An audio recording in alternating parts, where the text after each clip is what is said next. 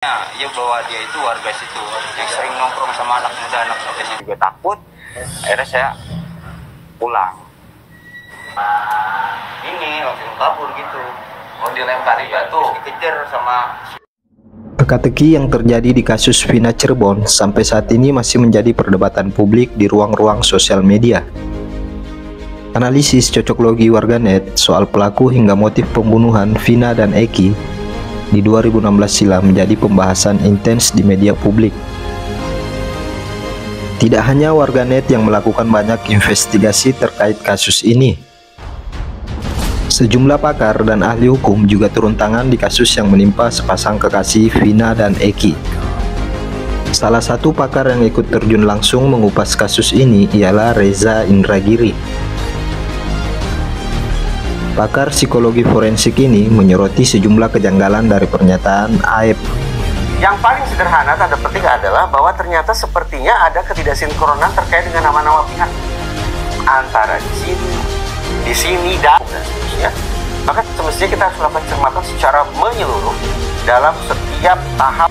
Ini mempertegas posisi saya sejak awal perlunya dilakukan eksaminasi ulang.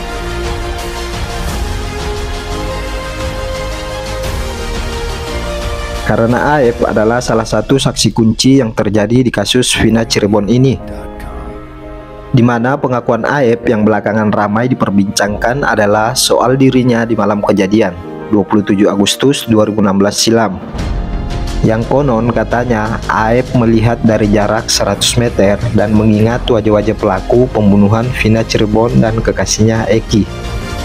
Pas kejadian itu anak-anak udah pada kumpul di situ. Tuh. Begitu saya tahu begitu, berhubung saya juga takut, akhirnya saya pulang. Kalau tahu bang ada dua korban meninggal pada saat kejadian di belum tahu. Tapi posisi di korban ini sama temannya juga atau satu motor? Yang saya lihat satu motor Aja. Tapi sama siapa korban ini nggak pernah ngelihat dia nongkrong juga di sini? nggak pernah tahu. Reza yang langsung turun ke TKP tempat Vina dan Eki tewas mengaku pernyataan Aep sangat janggal. Reza mengurai kejanggalan Aep itu dari kondisi TKP dan suasana batin saksi saat kejadian. Pokok permasalahan yang akan kita bahas adalah seberapa jauh tingkat validasi saksi Aep terkait aksi pelemparan para terpidana kepada Vina dan Eki, kata Reza.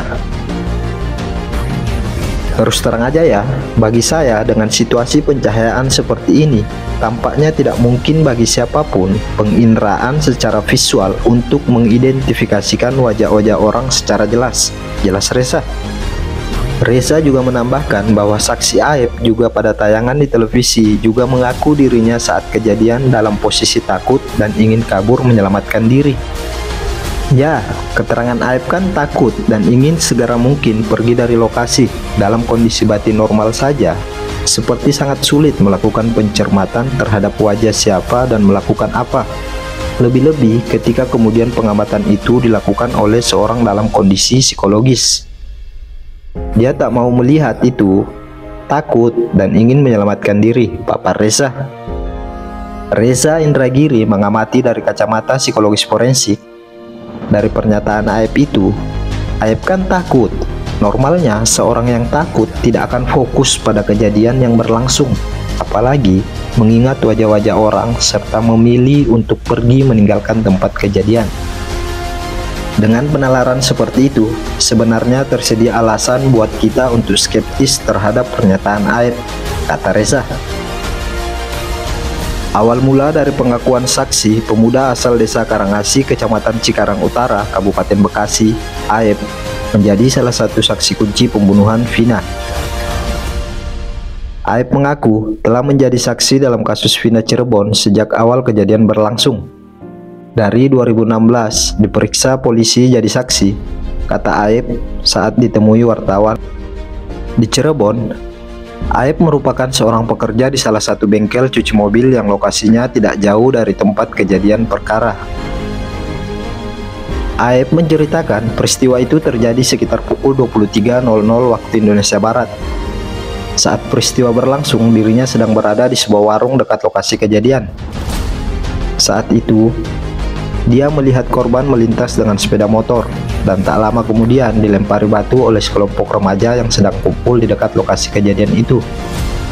Iya, kebetulan kan saya lagi di warung, terus ada pengendara motor yang berseragam XTC lewat terus langsung dilempari batu, ucap Aep.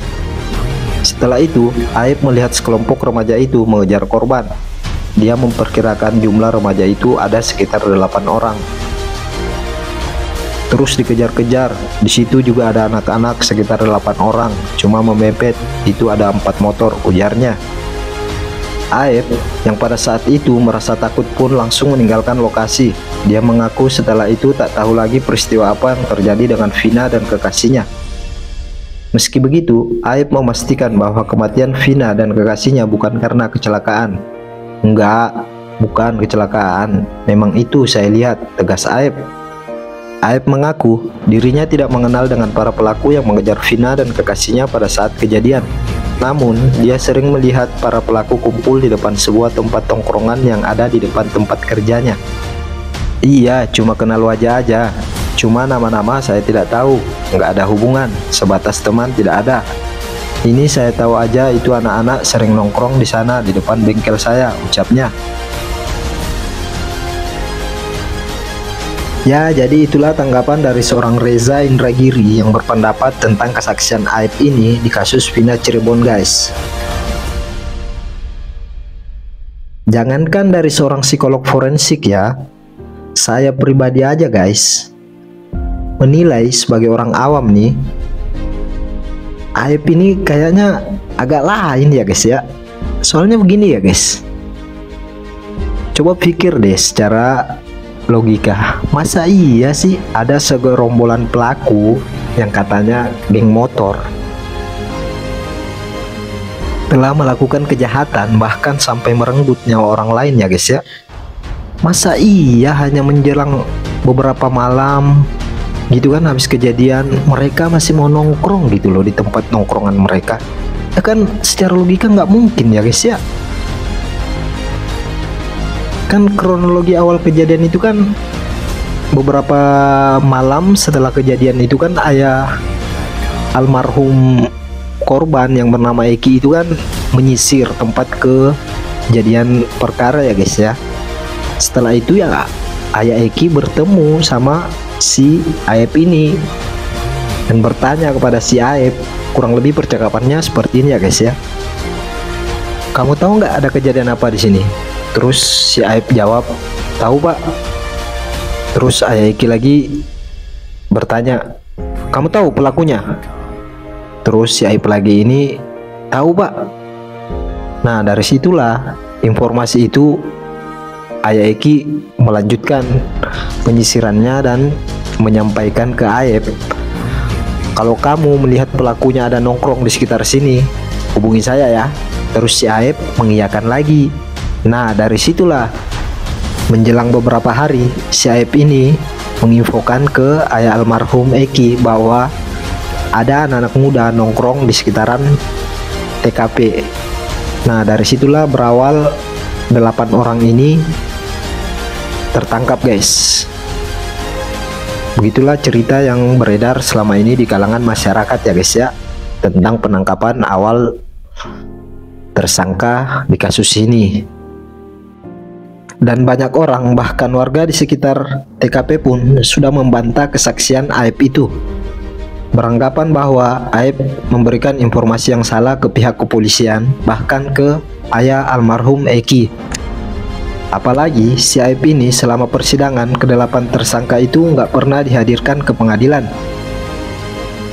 Tidak heran, maka banyak orang yang berasumsi bahwa kesaksian Aep itu tidak benar. Entah apa maksud Aep dengan memberikan informasi seperti itu ke pihak kepolisian. Ya kita berharap aja guys supaya kasus ini cepat kelar dan selesai. Sampai di sini dulu informasi kita, sampai ketemu lagi di video berikutnya. Assalamualaikum warahmatullahi wabarakatuh.